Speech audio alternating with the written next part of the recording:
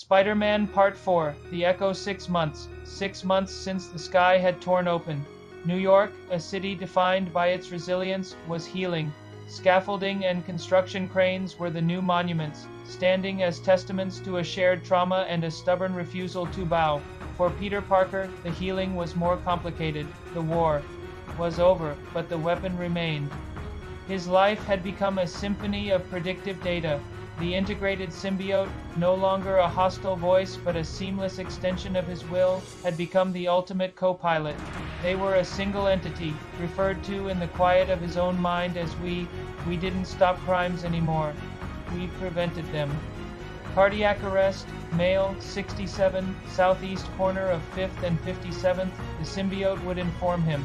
Peter, swinging 2 blocks away, would change course, land, and deliver a perfectly calibrated defibrillating shock through his fingertips just as the man collapsed, subject stabilized.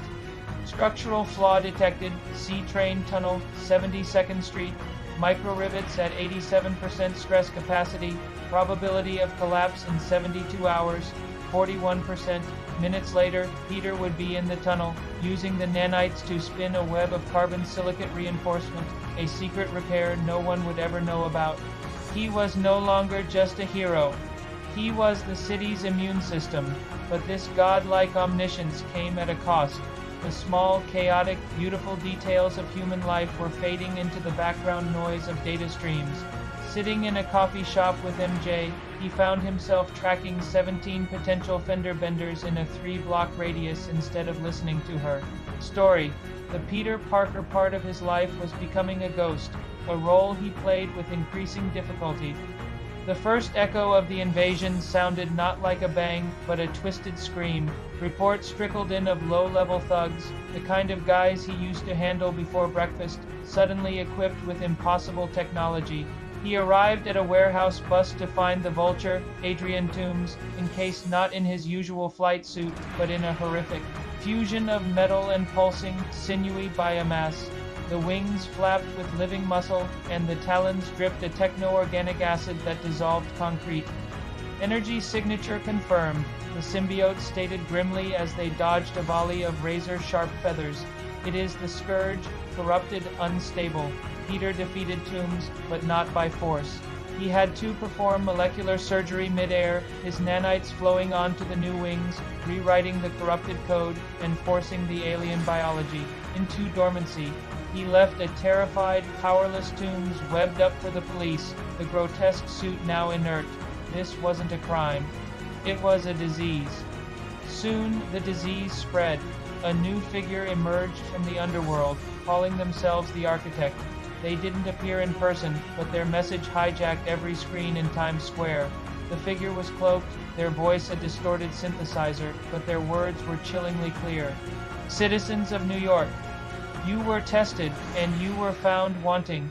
You cowered in your homes while gods fought in your sky. You are fragile, obsolete, but the Scourge did not leave you with a scar. They left you a gift, the tools for your own salvation. I will rebuild you. I will upgrade you. The pain of evolution is a small price to pay for survival. The Architect's followers, desperate souls and power-hungry criminals alike, willingly submitted themselves to be upgraded with scavenged Scourge tech. The city became a hunting ground of horrors. He fought a Shocker whose gauntlets were living organisms fused to his arms, and a Rhino whose hide was a constantly regenerating chitin of alien armor. The symbiote was troubled. The Architect's logic is a corruption of our primary function, survival through forced enhancement. It is the path we once offered you, and I told you it was wrong, Peter said, patching a wound in his side that was regenerating almost instantly. Your reasoning was based on an emotional axiom, choice matters. From a data-centric perspective, the Architect's methods are efficient. Then your perspective is still missing the point, Peter shot back. We don't save people by taking away their humanity. The Architect saw Spider-Man not as an enemy, but as a rival messiah, the perfect prototype. You hide your true self. Their voice boomed from a hijacked police car. You have already embraced the future. Why do you protect the past? Join me. Together, we can forge a new world from the ashes of the old. The final confrontation came at the city's new World Trade Center spire. The architect's plan was to merge a massive cache of Scourge by a mast with the building's central antenna, turning the entire structure into a broadcast tower, a hive mind that would forcefully upgrade every person in Manhattan. Peter found the architect in the observation deck, a slight woman in a lab coat, her body interwoven with glowing, organic circuitry that snaked across the floor and into the building itself. She wasn't a warrior. She was the brain, and the entire skyscraper was her body. "You're too late, Spider-Man," she said, her voice echoing from the walls. "The ascension is already beginning." The walls warped, spitting out metallic tentacles. The floor tried to swallow him, but Peter was no longer just a man in a suit. He was an idea. "I'm not going to fight you," he said, his voice calm as he dodged and weaved through the lethal architecture. "I'm here to cure you." He placed his palm on the floor. We flowed out of him, not as a weapon, but as an antidote. His own perfected, humanized nanites spread through the building's systems, targeting the corrupted Scourge code. He didn't break the architect's network. He healed it. He showed it the flaw in its logic, the strength in choice, the beauty in imperfection. The architect screamed as her control was severed, her creations all over the city collapsing as their alien components were rendered inert. The building groaned and fell still. The woman in the center of the web of wires collapsed, freed. "You can't stop it," she gasped as he webbed her securely for the authorities. "I was just the first echo. The Scourge showed the universe that Earth was here, ripe for the taking, and their technology is a plague. It will keep spreading. Others will come. What you did in the sky, that wasn't an ending. It was a dinner." Bell, later, standing on the balcony of MJ's apartment, the city lights painting a deceptive piece, Peter finally tried to explain.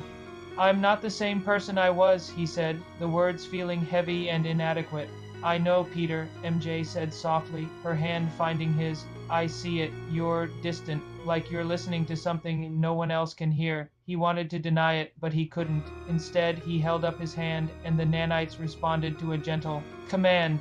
A shimmering, holographic star map bloomed in his palm, tiny constellations swirling in the night air. "The voice I'm listening to, it's telling me that the neighborhood just got a whole lot bigger. He had won, he had saved the city from the first ghost of the invasion. But looking out at the endless night sky, he knew the architect was right. This was only the beginning. He was no longer just Spider-Man. He was the watchman on the wall for a world that had no idea it was at war."